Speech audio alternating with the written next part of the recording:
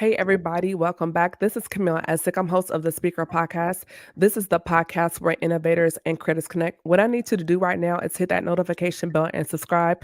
Follow me on Instagram, TikTok. I'm also on YouTube working to build my channel. So I do need you to go and follow me there. I have a lot of digital products available on my website at camillaessick.com. And y'all, I would love to hear from you. Please send me an email at the speakerpodcast at gmail.com. I am booked throughout this year, but y'all, my calendar is opening up for Q1 spring 2025, and I'm already looking at prospective guests. So if you think you may be a good fit, we'll see. We'll check you out. We'll vet you because we can't just bring anybody on here. I love my audience and I'm very protective of my audience. But if you think you may be a good fit for the show, send me an email. We'll talk it out. Without further ado, y'all, I have an amazing brother here. We're going to have an amazing conversation tonight. And what I need you to do is lean on that share button. If you follow the Speaker Podcast, then you already know how I feel about my Black men. I started my brand a couple years ago, Good Black Men website there, everything. And I did that for a little while. And then I began to open up my podcasting space because I wanted our brothers to have a safe space to talk about their feelings and experiences as well.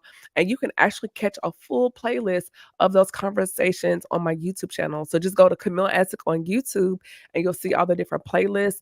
And there is one section labeled as Black Men and Mental Health. Also, we have some relationship things on there as well. Without further ado, Eynn Perkins is here. He's doing amazing things. I know him from church, and he's a comedian, but just a genuine person, and he is making waves there in Cobb County. Morehouse man, you know what I'm saying? So without further ado, Erynn, welcome to the show. Thank you. Thank you. I'm honored to be on, honored to be considered as one of the guests.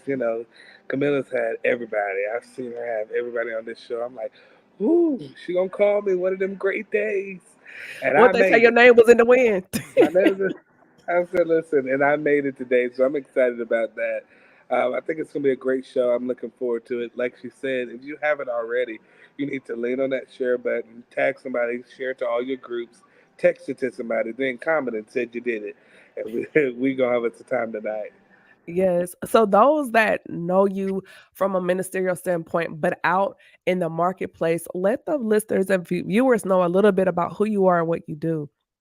Okay, so I am, everybody knows church side of me, but as it pertains to the market side of me, I'm a legal analyst at Cobb County government. I'm responsible for a lot of different things within state court, specifically as it pertains to misdemeanors.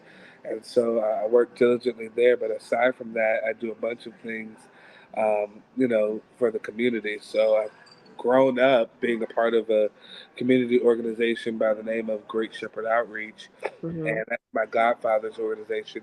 He still does that to this day, gets up Okay. Monday and Thursdays and he feeds people in the community. And mind you, he's in his 60s, Oh, like wow. well into his 60s, and he is still getting up early in the morning, packing his truck to go down into the community. So I've always had a heart for community work. And right now, what I'm working on is launching this nonprofit, which we'll discuss more about. Yeah. And it's really kind of been birthed out of me acknowledging the need, especially with Georgia being the lowest performing state for mental health awareness Mhm. and mental health resources, and just providing a space where we can really serve those who need change in their life.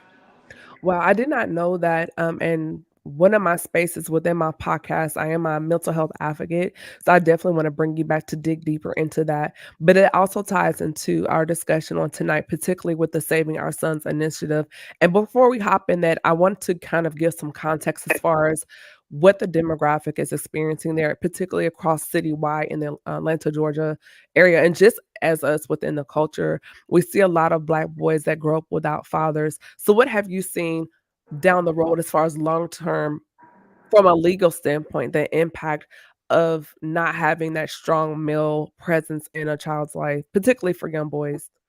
What I've researched is that the Georgia Department of Corrections released some data and records that report that um, majority of males that are arrested for murder and robbery fall between the ages of 17 and 21, which is crazy to me, right? So you Mhm. majority of the people that are arrested for really violent crimes Mhm. are in this kind of young adult age range, and so that's one thing that stood out to me, that to me is a direct result of men being not being given the space to grow, not being given the space or given the example to know how to do better. And so that's one. But then aside from that, 88% of homicides in Georgia are males. So majority of the people dying at the hand of gun violence, at the hand of violence in general, are males. And so a lot of times we focus on, victims, and we don't typically victimize our men because we expect the man to be strong. We expect them to be one who can carry the weight, and we expect them to excel in the weight that they carry. But the Mhm. reality is, our men need our support in every area of their life because that's what's keeping them alive. Yeah, that's really good. Not in a bad way, but just the point that you brought out. And as you were talking, Aaron, it made me wonder the perpetrators of such crimes. Do you believe it's there are roots of anger or wanting to be seen and validated, so then becoming affiliated with groups, maybe gangs, because they do want a sense of family or community, and even though it's not a positive outlet, it's some type of outlet and it's some type of connection, even if it has negative consequences. Yep, everybody's looking for love. That's what I say all the time. Everybody's looking for love, and majority of the men that have been exercised from their family are no longer a part of a community called home. Mhm, Many of these young men that encounter these types of crimes are exactly what you said. They find themselves connecting with the wrong group of people because that's family. That's big bro. That's big brother. And unfortunately, big bro may not be the best example for him, but mhm, he's gonna follow big bro because his father wasn't there, or he's gonna follow big bro because his pastor isn't there. He's gonna follow big bro because his leaders that the leaders that should be in his life, his teachers that mhm. should have some sort of weight in his ability to make better decisions, they're not there. And so if you're not going to be there for these young men, I've always told people, if you're not going to be there for them, then you can expect them to go astray. I understand. And so with you working in the legal, sector within Atlanta, Georgia, Aaron, um, where do you feel like the ball is dropped? Because there's gotta be some disconnect between at home, school, and then within the legal system or the judicial system. Because we hear stories about, Fulton County Jail, nickname calling it Guantanamo Bay, and all of these things that are going on. So is there a point where the child is just like they're a lost cause, or is there a way, even in the late teen years, that we can turn these young kids around and say, "Hey, yes, I know you've made mistakes. Yes, I know you're affiliated with these people, but you still have other options," even when society or the system is already kind of pigeonholing these kids into the spectrum of you're just gonna be a criminal for life. Absolutely. I think the reality is um, when you have no, like I said, you have no example. And what I've observed is that it's never too late to change. Mhm, And depending on when they come in contact and meet that person that's capable of shifting them to a positive direction, then at that point, that's when you can start to see that person turning and changing. It mhm, could happen at 17, it could happen at 21, it could happen at 25, it could happen at 40. It doesn't matter how old you are. We as society have to learn to give each other grace to grow. And mhm, I think that unfortunately, we think that after a certain age you ought to know better, when in reality, it's not up to us to determine the process and path that you're on and say when you ought to know better. Because the truth is, only God knows when you ought to know better. mhm.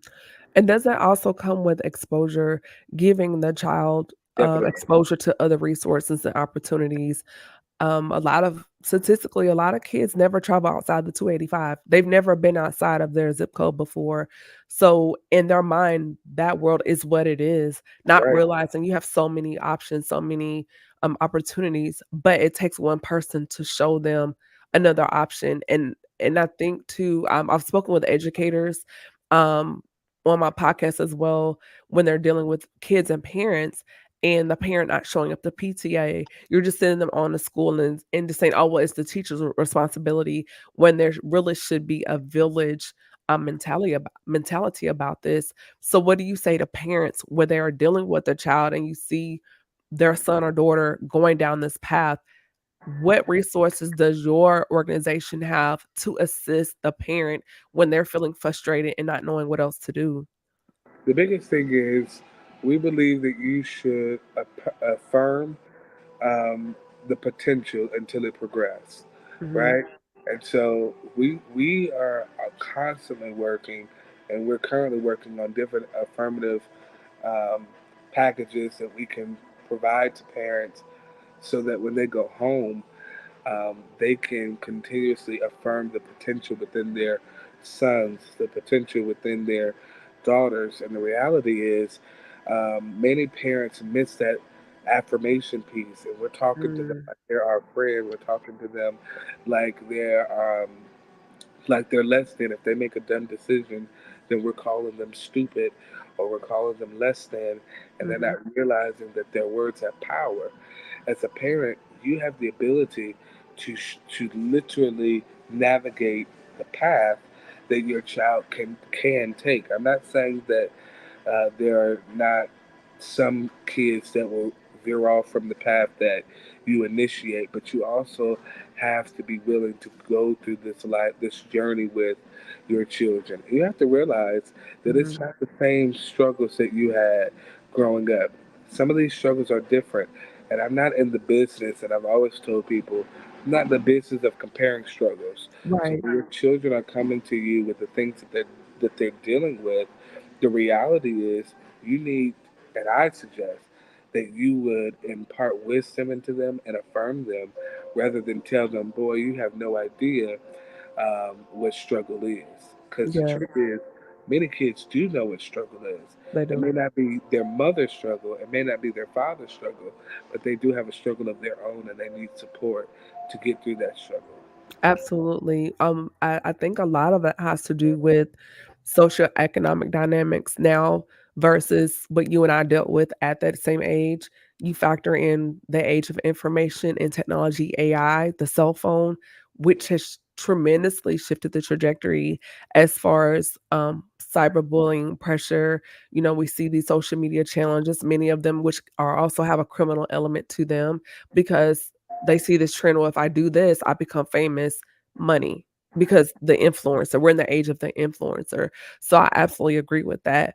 And I understand your perspective. So going into what you're creating now with your inaugural gala, Saving Our Sons, it just looks like an amazing initiative. And I wanted to kind of give some backstory um into what is the mission behind that. And that's why we're having that conversation. And leading now into your inaugural gala, tell us, first of all, what was your inspiration behind creating this initiative? Um, in my job, I'm in court a lot, and so I think that sitting in court and constantly observing the amount of young men that stand before a judge really pricked my heart to see or to strive to see change Mhm, in our community. And so I began working with my team and connecting with them and talking about solutions that could really help protect the progress of our young men once they leave jail, once they leave, um, juvenile court. And so that was really what birthed the idea of starting Save Our Sons initiative. We're still working on, we're getting ready to do a clothing drive so that we can help get these young men the proper clothes that they need for interviews. And, also, you have no idea how a suit will boost the momentum and the perspective of oneself. And so we want to be able to be a blessing to those guys so that they make a better choice in life and a better decision for their future. That's So awesome. that's really where that started. Okay. And then so from coming from the gala to now, what what is the gala looking to do long term beyond just that event? Like long term, what are some other um points there that you're looking to accomplish in the mission of SOS? So in this within the mission of Save Our Sons initiative, we'll be doing a plethora of things from having a Wise Up program that I'm working diligently with one of my mentors and big brothers. We're working on putting that Wise Up program together for young men to participate in, and then of course connecting with other agencies that are kind of doing the work so that we can provide more resources, connecting them with how to get their GED program and other Mm, that we're taking care of for recently released offenders, but also meeting people in underprivileged schools. Because the truth is, if we can meet you at the school level, then we can avoid you going to court altogether. yeah, that's really good because you hear about the prison, the pipeline, um, a situation, and I think that's really important, like catching them at ground zero early.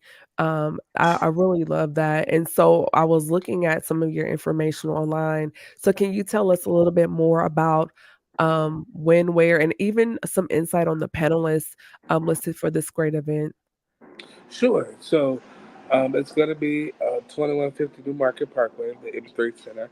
I'm really excited because the room is going to look amazing, but more importantly, it's going to be an awesome occasion. It's November 1st. It's in 2 days, and it's at 8 p.m. Doors open at 7:30.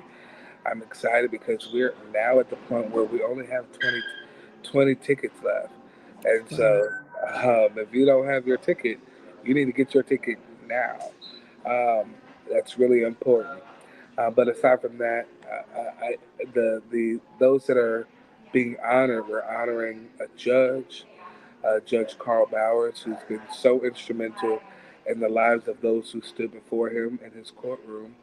We're honoring the Sheriff Craig Owens and his efforts in the community, especially the initiatives that he's provided to help those from the inside of the jail.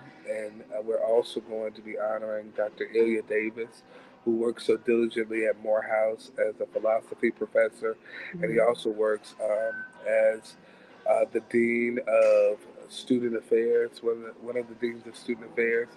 He's awesome. I know firsthand. Dr. Ilya Davis is a intellectual genius, and I enjoy having conversations with him. Mhm. Despite, let me say this quickly about Dr. Davis. You don't have to agree with him, but it's some insight there that's worth having the conversation, and I love Mhm. that about him. And then the last two that we're honoring Pastor Mark Jr. for obvious reasons, right? Like our pastor is killing the Thebomb.com? game. He's Bob.com. He's killing it. He's very, very active in the community as it Yeah. pertains to um, just giving back. We constantly do what we're doing with the food bank. We constantly do what we do as it pertains to assisting people with rental help. He stood in the gap plenty of times, um, and I know that firsthand. And so I definitely want to be honorable and honor him. And then furthermore, we're honoring 100 Black men of North Metro Atlanta. Love it. That chapter is doing the work, and they've been doing the work for 30 years. So we had those are our honorees, but it doesn't stop there. Our keynote speaker is Wayne Martin, Okay. who's been a big brother to me. He's Yeah. constantly, been getting me together, but at the same time, he's been an example. And Mhm. I know that he has meaningful words to share that I think will prick the hearts of those there and will encourage us to be better and to do better. Absolutely, and one of the things I wanted to do, immediately when I saw your flyer, I was like, "Oh, we have to talk about this." 1, to get the word out, 2, to get these, tickets sold and sold out, and although I cannot, physically attend in person, I wanted to show my support in some type of way by thus opening up my platform to you to, in some way, show support towards your event because I think it's awesome. Yeah, I appreciate that, and I've told people, even those that are not on, I mean, that are not able to make it. I've told them, listen, we are charity. We take donations, Yeah, and so that information I'll be posting very soon about that on tomorrow. In addition to us launching brand new website, all types of things, and so I'm excited about this weekend. It's going to be great, and I mean, the sky is not the limit for us. We're going above and beyond. absolutely. I really love this, and I definitely want to bring you back, to continue this conversation just because, um, I think it's important that we provide a space for our brothers to talk as far as Yeah, what they're dealing with their wellness, mental health. There's a lot of pressure that a lot of brothers deal with. They don't have the liberty as we do as women so much to talk about those things just because of societal and cultural norms, which I hate to say is a norm because it shouldn't be a norm, right. but, to really break down those walls and communication. Also, if you have any other events that you feel like, "Hey, just let me know. I'll have no problem opening up my space to you to get those initiatives out there so the people can know about those things." I appreciate that. No problem at all. Before we wrap up this conversation, do you have any, takeaways or nuggets that you would like the listeners and viewers, to kinda think about, before you come back? And then also, where can people contact you on social media?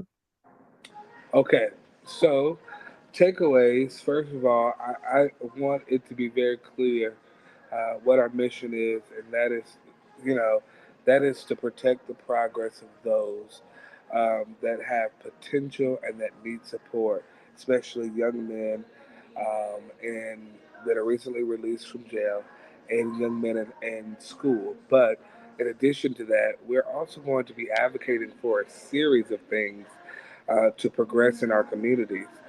We've already begun laying out some solutions for the next 7 years. So this is not an organization, although we're brand new, we're not an organization without vision.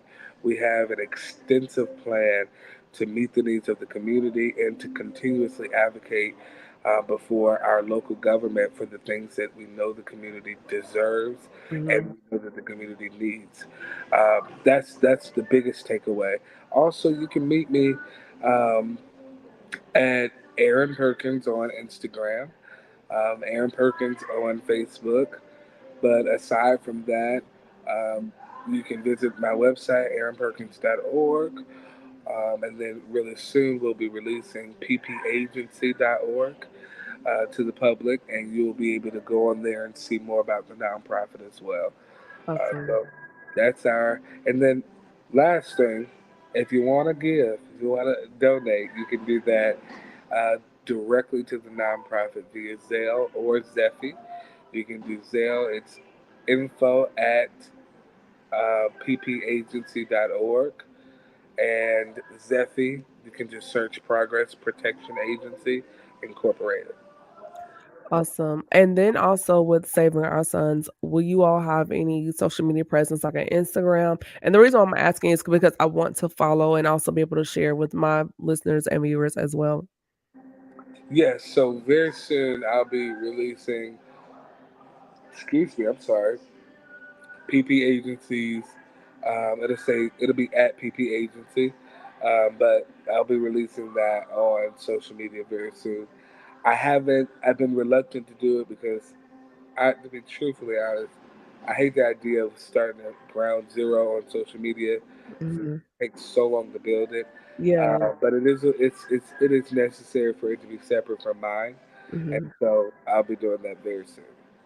When you do, please let me know, tag me or send it to me. That way I can follow and then I can share accordingly um, on my timelines and such as well. So Of course, yeah, awesome. Thank you, Erin, so much. I really appreciate you jumping in. Y'all, I hope you all got something from this conversation tonight. I really appreciate it. This is a valuable information.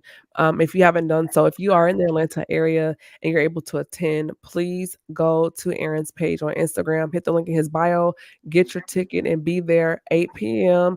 Eastern Standard Time at 2150 New Market for SOS Saving Our Sons. It's gonna be a beautiful event, and if you can be in the space, be in the place, don't meet him there, beat him there. So, without further ado, be sure to join us tomorrow night, y'all. If you've been following my social media, you know tomorrow night is the largest virtual event of the year. Heart and Soul That boy. 2024 is That boy. coming back. Now, Erynn, if you didn't know, every year I always do part 2 with the fellas. So, Okay. um, Come on. I'm down. your Listen. neighbor's in the wind. Look, have to reach up and grab it. Listen, hold Oh, it. I'm Come on. already looking for panelists. I may be tapping you. I'm just saying. I'm down. So Yeah. it's gonna be y'all heard it here, people. I gotta record it. He said Okay. yes. It's legally binding. First of all, I love Angela Wells. I keep seeing her name pop up. I love her Yes, so much. she's I didn't get to awesome. speak to you at church on Sunday. I just want you to know I love Yes, Angela, Auntie Angie, she's phenomenal. Now we got a little beef. Now you know she's a hardcore Eagles fan. I'm shouting out for the Falcons. I told her you have to see me on the field. That's all I can say. you. But without further ado, y'all, be sure to hit that notification bell and subscribe. Follow me on all the social media platforms. In addition, send an email to me. I look forward to seeing you all tomorrow night. It's going to be a phenomenal conversation. Hold on, sit tight, Erynn. Without further ado, this is the Speaker Podcast, the podcast where innovators and critics connect. You all be blessed, and I'll see you all tomorrow, 8 o'clock Eastern Standard Time. It will be exclusively on YouTube. So I need you to hit that notification bell and subscribe because Heart and Soul will be exclusively on YouTube. Peace out. Bye.